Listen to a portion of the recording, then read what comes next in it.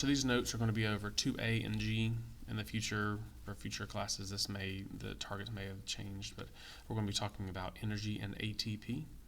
We're going to talk about how the sun's energy through photosynthesis that happens in the chloroplast turns into sugar. And sugar, in this case, we're going to say it's glucose. So we've got a salad here with lettuce and tomatoes. So the sunlight, through the process of photosynthesis that happens in the chloroplast, makes some kind of sugar. And that's turning light energy into chemical energy. Then that chemical energy, that sugar, in the process called cellular respiration or cell respiration, that occurs in the mitochondria, and that makes cellular energy. That energy is ATP. It's kind of cut off here at the top. It's called ATP. This has to happen because our cells, plant cells even, they need ATP to function well. They need ATP. Sugar is helpful, is good, but it is not the currency, is not the energy that the cell runs on. If you go to Walmart or Publix or Target and you bring gold, you're not going to be able to buy anything. You can't go to the self-checkout line and buy anything with gold. You have to convert it into something else. And that's like turning the sugar, which is very important and very valuable, into ATP, which is actually useful to the cell. So the rest of these notes is going to focus on, the left side will focus on chemical energy on the left, and then the right side is going to focus on cellular energy. Chemical energy meaning we're talking about from sugar, and cellular energy would be ATP. So chemical energy on the left, lipids, example of lipids are fats and oils. Carbohydrates, an example of sugar. These are both energies, types of energy, macromolecules that provide energy. Lipids I wrote kind of thin because it's not super pertinent, super important to right now, to this unit or to these notes, but I mention it because it is chemical energy. Remember, there's a lot of bonds. Remember the labs that we've done. There's a lot of bonds. If you were to draw this out, it would be like a whole map. It looks like a honeycomb or whatever of bonds going on. Those are fats and oils. Those are examples of lipids. Long-term energy, lots of energy because there's lots of bonds, and example of fats and oils. We're going to focus more on the carbohydrates. So a carbohydrate, when you hear that word, you can shorten that to carb or carbs. They're sugars, types of sugars. Most of them end with an OSE. So if you see a word with OSE, you need to immediately think of, oh, that's a sugar. Now, not all sugars end in OSE, and I'm sure not all words that end in OSE are sugar, but in general, when we're talking about these, if it's a sugar, it's going to probably end in OSE. I can think of starch or pectin. Those are sugars that don't end in OSE, but for the most part, they do. Two such examples. One is glucose, one is cellulose. Glucose is the energy, the sugar that we'll talk about when we're talking about plants. We typically talk about glucose. It is a monosaccharide. This is the monomer of sugar. Monosaccharide literally means one sugar. Saccharide, I believe, is Latin for sugar. You can look that up and check me on that, but I believe it is. Mono means one. Glucose is quick energy. We're talking about energy if you are diabetic or you know somebody that's diabetic and they need quick energy because their blood sugar is low, a little bit of sugar helps a lot. It can get there very quickly versus a hamburger that may take a little bit.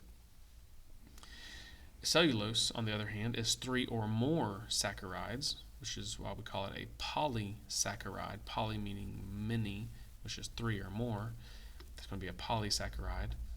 This cellulose, an example of this we see in the cell is the structure of the cell wall. So the structure of the cell wall is the part on the outside of the cell that is rigid and tough and offers protection. And so the cellulose, OSE, that's a sugar. It's the cell wall, makes up the cell wall, whereas the phospholipid bilayer, we talked about that before, is made up of a lipid. These are two energy sources. They are storage of energy, but they are functioning as something different in the cell. So the cell membrane is a lipid, cell wall is glucose. And you can see pictures of this. Here's a monosaccharide, one saccharide, and I draw it by just drawing kind of a house. And then at the bottom, instead of drawing the ground flat, I kind of point down. And then this is a polysaccharide. There's 1, 2, 3, 4, 5, 6, 7 of them. And then just for kicks and giggles, here's a disaccharide. Disaccharide is just 2. Di meaning 2. All right, let's go jump over here to cellular energy. That was chemical energy, dealing with what is made in photosynthesis in the chloroplast. This is the chemical energy, the sugar. Now we're going to talk about how is cellular energy made. That is in the mitochondria, and the process is called cell respiration.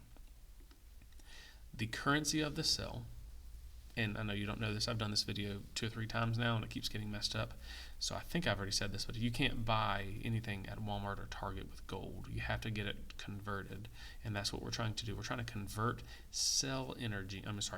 chemical energy, which is sugar, some kind of sugar, into cell energy, which is ATP. And so ATP stands for adenosine triphosphate. If you look down here at this picture, tri meaning 3, you need to know that. It means 3, like tricycle or triceratops. Tricycle has 3 wheels, triceratops has 3 horns. So triphosphate has 3 phosphates. As compared to down here, there's 2 phosphates. That's not an ATP. That's something different. We'll talk about it. So ATP is made in the mitochondria. Mitochondria turns sugar into ATP during this process. And we draw it by a little rectangle, even though that's not exactly correct. It's 2 other shapes that are here, but we just draw it as a rectangle for simplicity. Then we have a little pentagon and then 3 circles. This is the triphosphate, adenosine triphosphate, ATP. Well, what happens is, just like we've talked about bonds, breaking bonds gives us energy, or converts energy. And so if the cell, what it does is it breaks, this bond breaks between numbers 1, 2, 3, between 2 and 3, it breaks, and that releases energy. But now it's not ATP because it's not triphosphate, it's ADP. It's a diphosphate. It has 2 phosphates. You'll notice here that this is a full battery. This is an empty battery, a dead battery. It lost its energy when it lost that phosphate. That phosphate broke off, and that was a good bit of energy. So what has to happen is it has to charge back up, and we charge back up by getting sugar and getting the phosphate that came off and sticking it back on there. So with the energy from sugar, the energy from sugar is converted and makes this into a triphosphate. So it says recharge through cell respiration. That happens in the mitochondria, cell respiration. And then it becomes ATP. So we've got a dead battery charged up, and the energy that it plugged in. So like if you bought a car and then you got a flat tire, you don't take the car to the junkyard. If you buy a phone and the battery dies, you don't just throw the phone away. You charge it up. You fix the tire. There's things that you can do to fix this ADP and turn it back into ATP. There's a lot of chemicals in this. So starting from scratch would be a very inefficient way. So all the cell has to do, the mitochondria in particular, takes ADP, adds a phosphate, and boom, you've got adenosine triphosphate. This is that process of turning sunlight into sugar and sugar into cellular energy. We've talked about chemical energy on the left side, cellular energy on the right side. If you're not sure, maybe play this video again or go find another video, but this is that's the end.